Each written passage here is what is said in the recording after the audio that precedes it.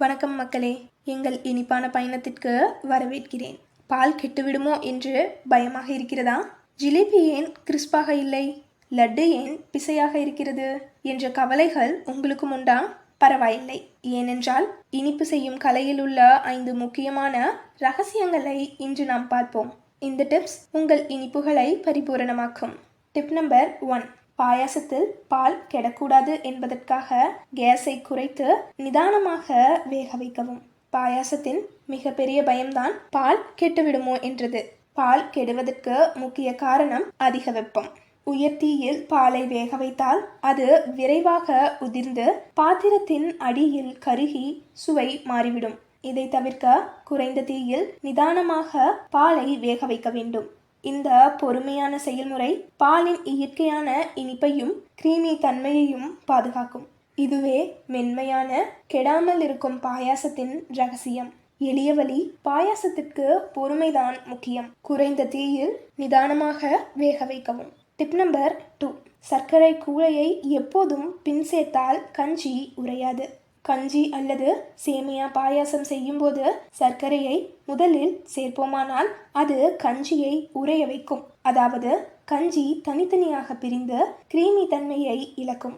அதனால்தான் சேமியா அல்லது ரவையை முழுவதுமாக சமைத்த பிறகு கடைசி நிலையில்தான் நீரில் கலந்த சர்க்கரை பாக்கை சேர்க்க வேண்டும். இப்படி செய்தால் கஞ்சி ஒரே மாதிரியாக இணைந்து மென்மையான டெக்ஸ்சரை கொடுக்கும். எளிய வழி: கஞ்சி ஒரே மாதிரியாக இருக்க சர்க்கரையை கடைசியில் சேர்க்கவும். Tip number 3. லட்டு பிசையாக வேண்டாம் என்றால் சர்க்கரை பாகு 1 நூல் வரை சமைக்க வேண்டும்.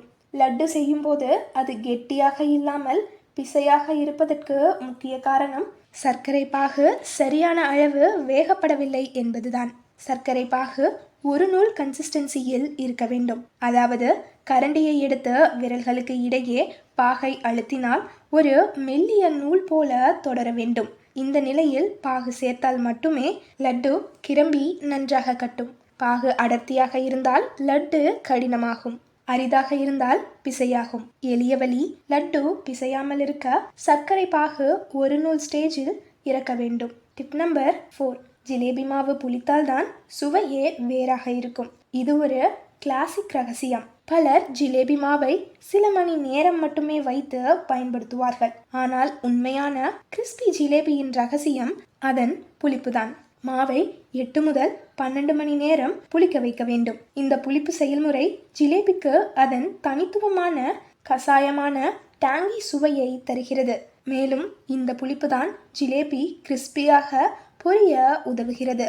புளிக்காத மாவு சுவையில் ஃப்ளாட்டாகவும் டெக்ஸ்சரில் மென்மையாகவும் இருக்கும். எளிய வழி: ஜிலேபியின் ரியல் சுவைக்கு மாவு நன்றாக புளிக்க வேண்டும். Tip number 5. மைசூர் பாக்கு மென்மையாக வர நெய் சரியான அளவில் வைக்க வேண்டும். மைசூர் பாக் செய்யும் போது நெய் அளவுதான் எல்லாம். நெய் குறைவாக இருந்தால் பருப்பு மாவு எளிதில் கருகி சுவை கெட்டுவிடும். நெய் அதிகமாக இருந்தால் பாகு அதிமிருதுவாகி வடிவம் தப்பித்து கெட்டியாக கட்டாது. சரியான அளவு நெய் போட்டால்தான் பருப்பு மாவு நன்றாக வறுத்து அதே நேரத்தில் பாகு மிருதுவாகவும் சரியான கன்சிஸ்டன்சியிலும் இருக்கும். இது ஒரு சமநிலை விஷயம். நீங்கள் செய்யும்போது மாவு நன்றாக நெய்யை ஈர்த்து கொள்ள வேண்டும். அதிகம் மிதக்கக்கூடாது. எளிய வழி: மைசூர் பாக் மென்மையாக இருக்க நெய் அளவு சரியாக இருப்பது மிக முக்கியம். சரி மக்களே, இன்று நாம் இனிப்பு துறையில் 5 பொன் மதிப்புள்ள ரகசியங்களை பார்த்தோம். முதலாவது, பாயாசத்திற்கு குறைந்த தீ. 2வது, கஞ்சியில் கடைசியில் சர்க்கரை. 3வது, லட்டுக்கு 1 நூல் பாகு. 4வது, ஜிலேபிக்கு புளித்த மாவு. 5வது, மைசூர் பாக்குக்கு சரியான நெய். இந்த சிறிய டிப்ஸ் தான் உங்கள் இனிப்புகளை வீட்டு இனிப்பாக இல்லாமல் ஒரு ஸ்பெஷாலிட்டியாக்கும். இந்த இனிப்பான டிப்ஸ் உபயோகமாக இருந்தால் லைக் பண்ணுங்க, ஷேர் பண்ணுங்க, எங்கள் சேனலை சப்ஸ்கிரைப் செய்ய மறக்காதீர்கள். உங்களுக்கு பிடிச்ச இனிப்பு எதுன்னு கமெண்ட்ல சொல்லுங்க. அடுத்த வீடியோவில் சந்திப்போம். வணக்கம்.